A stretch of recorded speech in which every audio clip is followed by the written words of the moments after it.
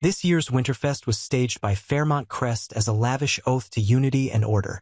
A night where every light seemed placed with precision to honor the families who shaped the community's definition of dignity.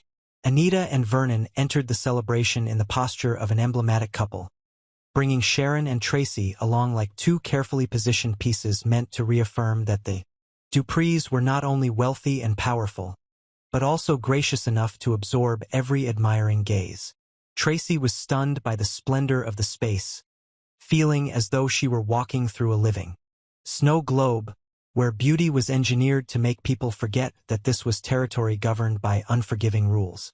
Anita, with the cool confidence of a woman long accustomed to controlling the atmosphere, did not hesitate to show affection to her husband as a declaration of ownership. She teased her own public boldness, subtly reminding everyone that there were women in the community, always willing to push boundaries, and she would not allow anyone to mistake who was the one legally holding Vernon's hand in front of the world.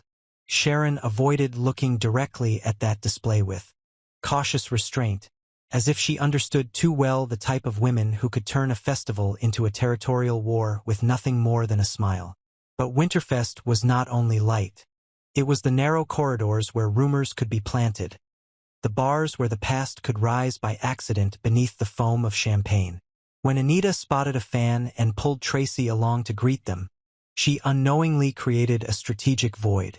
Vernon slowed down with the excuse that he had to speak to a lobbyist, while Sharon veered off in another direction to find food. By the time they met again at the bar, the coincidence seemed natural enough to fool ordinary eyes, yet far too perfect in Tracy's. She saw the closeness between Vernon and Sharon, not noisy or blatant, but the kind of discreet intimacy that needed only the right angle to become an explosion. Tracy's first feeling was not cheap jealousy or the impulsive heat common to party nights, but a cold current running straight down her spine. She understood that she had just brushed against a secret capable of ripping apart the Dupree's model image on the very stage built to celebrate them. Shock was swiftly replaced by a clarity as sharp as a blade. Tracy chose not to confront them directly, not because she was afraid, but because she knew a straight stab to the face never wounded as deeply as forcing the other party to step into the light carrying their own injury. From that moment, Tracy began constructing a labyrinth of accidental situations calculated like a campaign. She pulled Sharon toward the most visible areas of the festival, where guests and the internal media lenses were hunting for the community's perfect moments. She acted friendly, encouraging Sharon to join ritualized activities, from standing beside the charity auction table to helping arrange a tribute space honoring the Dupree family. At the same time, Tracy repeatedly urged Vernon to take part in key ceremonial segments, compelling him to appear precisely where Sharon was, at exactly the busiest times. Her trap did not require hard evidence. It needed only moments that made people start to wonder. Vernon's confusion became a signal, Sharon's stiff composure became a suggestion, and any excessive avoidance would be interpreted as guilt. Vernon soon realized someone had seized the rhythm of the night. He had been the one to manipulate outcomes in political rooms colder than this, but this was no longer a battle of pure rationality. This was a war of honor wrapped in music, ritual, and artificial snow. He understood that one wrong move could ignite a scandal that would blaze beyond Winterfest, dragging in lobbying relationships, sensitive legislation, and the political credibility the Duprees had accumulated. Vernon's anger did not immediately aim at Tracy, but at his own helplessness. He hated being pulled into the role of protagonist in a story scripted by someone else. If he cut Sharon off too sharply before the crowd, he would confirm that something existed between them worth severing. If he behaved normally, every watchful eye could read an invisible history. He was trapped in a gray zone where every choice could be turned into a crime. Sharon, too, was no passive victim. She moved through the night with two opposing fires inside her. One was fear of being crushed by collective morality and Anita's social power. The other was the buried fury of a woman once pushed to the margins of influence, now glimpsing a chance to return to the center of the chessboard. For Sharon, Vernon might be an old feeling not yet properly buried, or he might simply be a door she could use to protect her position in a political game short on. People willing to stand at the front and absorb the blows. She understood that if someone wanted to drag Vernon into scandal, she was bait that was both plausible and dangerous. And if a third power was watching, that bar encounter might have been nothing more than a ritual test of loyalty.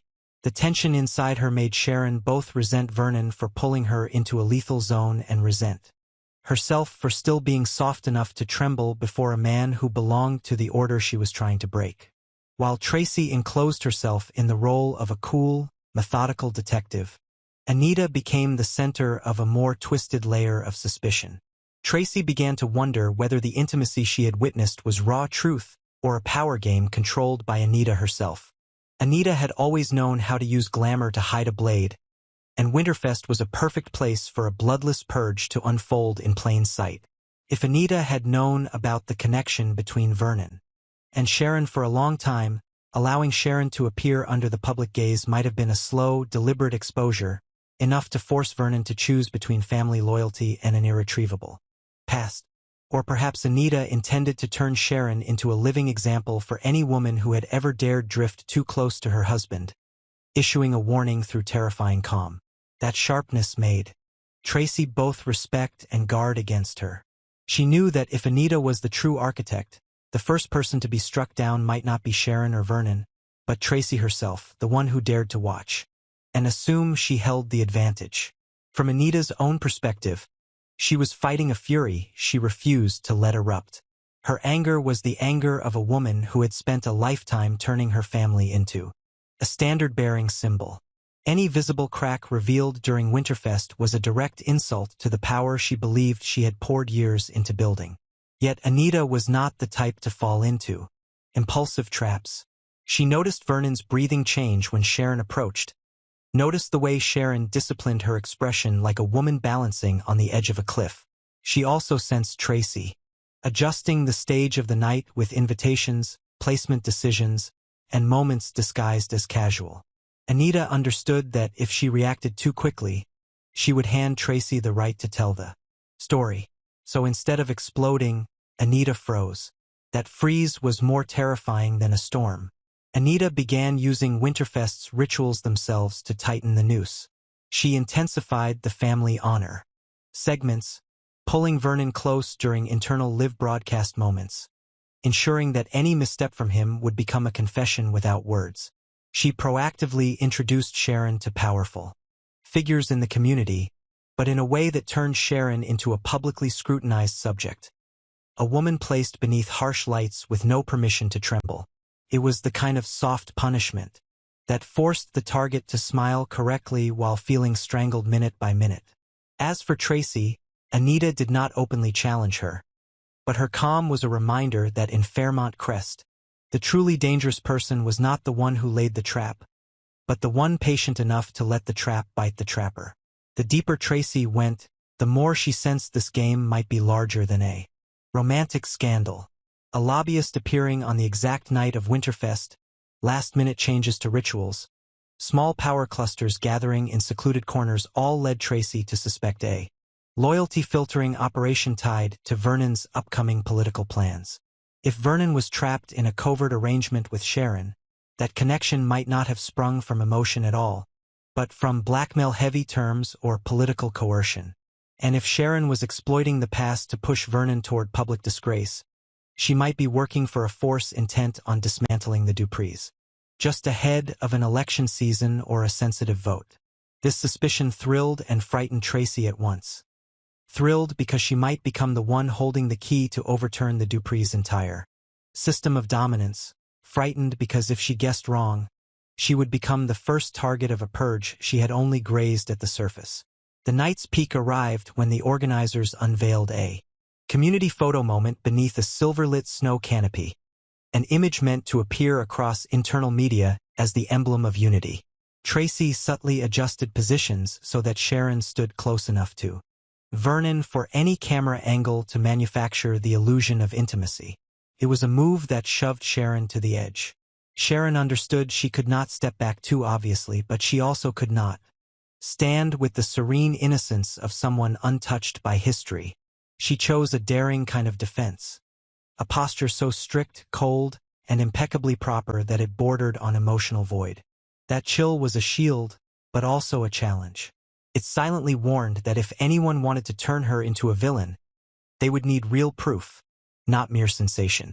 Anita read that message, and her fury shifted into deeper calculation. She began to suspect that Sharon might not be merely a woman caught in old emotion, but a chess piece moving within a wider plan. And the most frightening possibility was that Vernon had allowed himself to become a strategic weakness within his own dynasty. For Anita, betrayal was not just about the heart. It was about power. She could not allow anyone to use her husband as a lever against the Duprees. And so a difficult, ruthless decision started to form inside her. If Vernon truly was trapped in a dark agreement, she would have to choose between saving him by sacrificing part of the family's reputation in a way she could control, or preserving the dynasty's symbol intact and letting Vernon bear the consequences as a warning to the community that no one was allowed to master the game while Anita still lived. Vernon left Winterfest with a social smile held in place by sheer will, but inside him was a quiet collapse. He knew Tracy had seen too much, knew Anita had felt too clearly, and knew Sharon was no longer an easily managed variable. His anger became the anger of a man who realized he no longer controlled the narrative of his own life. He had once believed family was a fortress, but tonight he saw that the fortress could become a prison. He also realized that if he did not seize the initiative, he would be crushed between two versions of feminine power: a wife who could turn silence into a death sentence, and an observer who could turn curiosity into an indictment. Tracy, too, did not achieve complete satisfaction. She had forced everyone into difficult-to-explain positions, yet the more she watched, the more she suspected she might be walking a path someone else had already mapped. Her ambition now carried a new layer of caution, because if Anita truly was orchestrating a loyalty test, then Tracy would be the first one tested. Sharon, after that night, emerged with no remaining innocence. She understood that in Fairmont Crest, they did not permit a woman to hover near power without demanding a price. If she truly loved Vernon, that love was now shadowed by survival calculus. If she was using him, the game had crossed into a danger level capable of swallowing her future. And if she was a card played by a third force, she would have to decide whether to remain a tool or become the counterstrike, even if that required a cruelty she had never believed she could wield. Winterfest ended beneath artificial snow and ceremonial well-wishes, but the real aftershocks began the moment those four people walked away from the lights. Anita carried anger compressed into strategy, ready to turn any secret into an instrument of discipline. Vernon carried the fear and resentment of a man shoved into a corner, forced to plan his own rescue before his dynasty handled him. Tracy carried the ambition and unease of someone who had glimpsed the doorway to a symbol's collapse. Sharon carried the ache and hunger of a woman placed on a moral scale without the right to choose the rules of judgment. And in a community that lives by image, where power is disguised as politeness, that bar moment could be the beginning of an exposed affair, or the first sign of a soft purge directed long in advance. Whatever the truth, Winterfest had turned four people into explosive charges laid too close together, waiting for a single spark to drive Fairmont Crest into a war of honor in which no one was clean enough to walk away intact.